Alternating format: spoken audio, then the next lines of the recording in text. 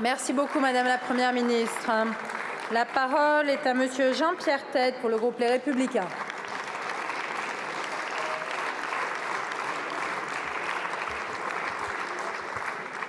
Madame la Présidente, chers collègues, ma question s'adresse à Madame la Secrétaire d'État à l'Enfance. Madame la Ministre, vous avez annoncé le maintien de la Ciivise avec des missions élargies à toute forme de violence faite aux enfants. Les chiffres qui suivent sont insupportables. Toutes les 3 minutes, un enfant est victime d'inceste ou de violence. 165 000 enfants sont victimes d'agressions sexuelles. À l'échelle d'une classe, cela représente un enfant sur 5. 80% des agressions sont intrafamiliales et 50% des victimes disent ne pas avoir été soutenues par leurs propres parents. Pardonnez ma franchise, mais ces chiffres donnent envie de vomir. Madame la Première ministre a lancé un plan contre les violences envers les enfants. Passons maintenant de la parole aux actes. Des actes, il en existe dans ma circonscription du Forez, dans la Loire, où l'association Espace, autour de Madame Lydie Pevel, fait un travail remarquable pour repérer des enfants victimes d'agissements monstrueux.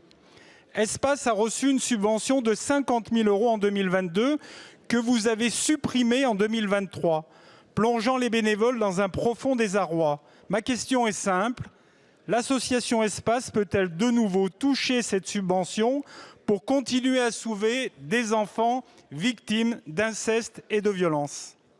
Merci beaucoup, mon cher collègue. La parole est à Madame Charlotte Caubel, ministre en charge de l'enfance.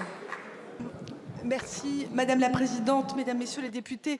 Monsieur le député Jean-Pierre Tête, oui, je vous remercie pour votre question. Vous l'avez dit, Madame la Première ministre a présenté un plan de lutte contre les violences sexuelles à l'occasion du comité interministériel de l'enfance le 20 novembre dernier.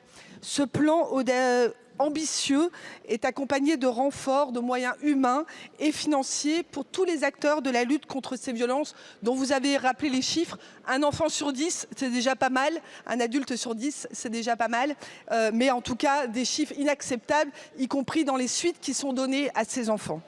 Un renfort des moyens, un renfort financier, une campagne de sensibilisation, une plateforme 119 Pro, la réécriture des programmes d'éducation à la vie affective et sexuelle, le maillage des UAPED. Il y a beaucoup de choses dans ce plan, un plan ambitieux à la hauteur des enjeux.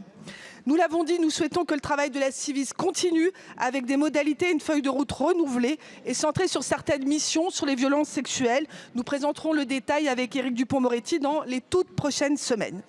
Mais vous avez rappelé, la lutte contre les violences sexuelles, c'est l'affaire de tous et de toutes, y compris du secteur associatif dont nous avons évidemment besoin.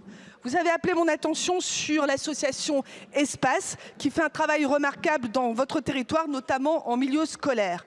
Elle a été financée dans le cadre d'un appel à projets en 2022. Le nouveau plan violence comprend de nouveaux financements pour des appels à projets ambitieux. Nous regarderons ensemble si l'association peut à nouveau recouvrer des sommes pour conduire ces projets. Je vous remercie.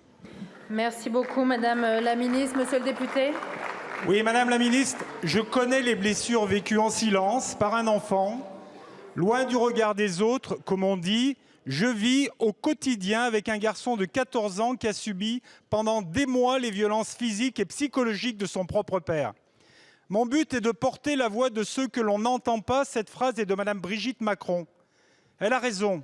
Nous devons porter la voix des enfants victimes d'inceste ou de violence. N'attendez pas. Merci de soutenir l'association Espace qui sauve des enfants chaque